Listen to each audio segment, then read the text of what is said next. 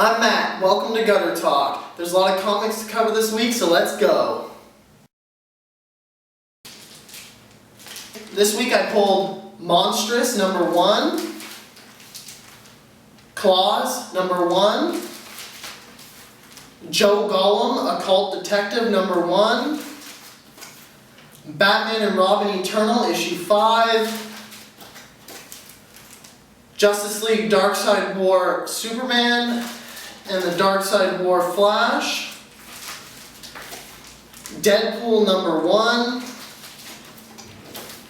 Contest of Champions #2, Doctor Strange issue 2, first issue of Howard the Duck featuring Gwenpool, Extraordinary X-Men #1, and the first 2 issues of Paper Girls. The first issue of Monstress is, well, monstrous. It's a triple issue with no advertisements, well worth the cover price. The comic is set in this world of witches and other odd creatures that's been divided by war and tells the story of one girl who's seeking out the truth about her mother's death. The artwork feels influenced by anime, but it has a sort of steampunk feel with the Victorian outfits, but the gears and mechanisms have sort of been replaced by magic. The story is very well written and comments on real social issues like war and racial conflicts while still telling a great fantasy story. Halloween's over, so it's officially the Christmas season. And kicking it off, we got Klaus #1 of 6, which tells the story of how Santa Claus began.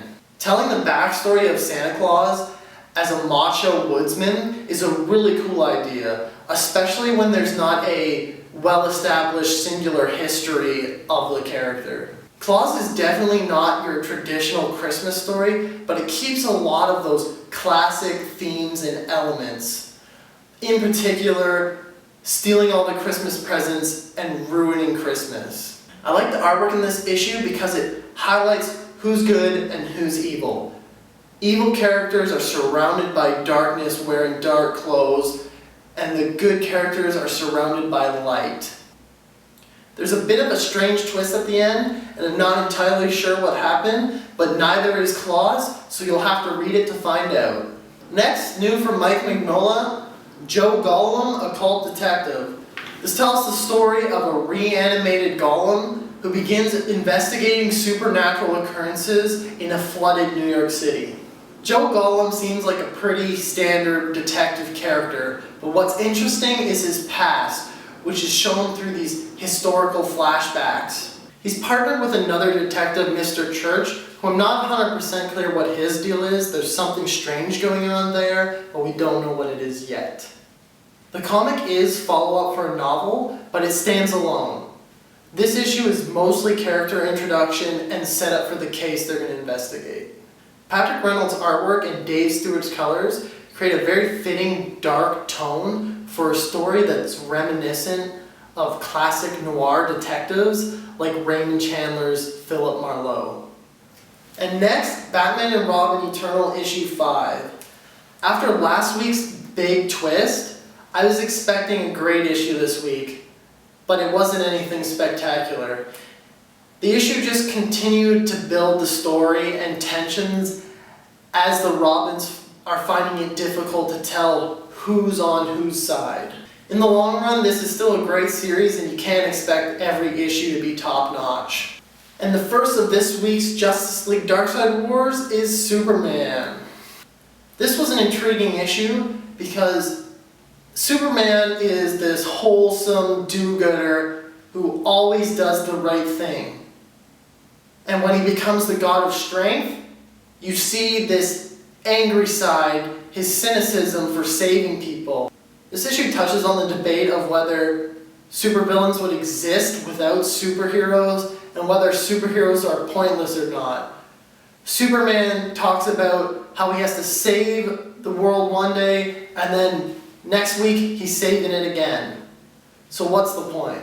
It wasn't quite as good as last week's Darkseid War Batman, but it was still a good issue nonetheless.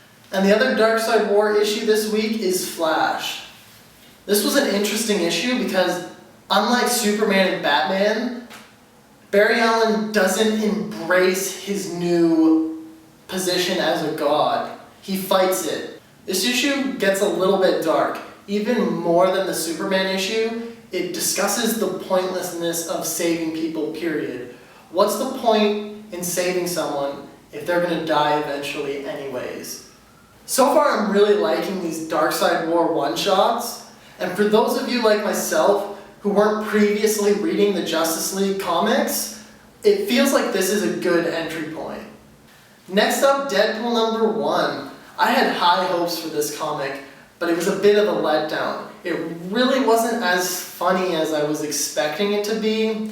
And now Contest of Champions #2. I like this issue a lot better than the first.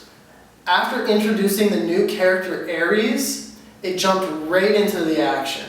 The Collector's team is fighting with each other trying to escape, and then after that, we're introduced to the competing team as a whole, rather than, like the first issue, introducing each individual character with their own story. The next issue is going to be great as the teams finally battle it out. I won't spoil who's on the other team, but I will say there's going to be some interesting matchups.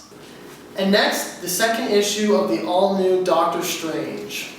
I wasn't that impressed with the first issue, and after reading the reprint of Doctor Strange Oath for Halloween Comic Fest, I was thinking about switching and reading that run instead.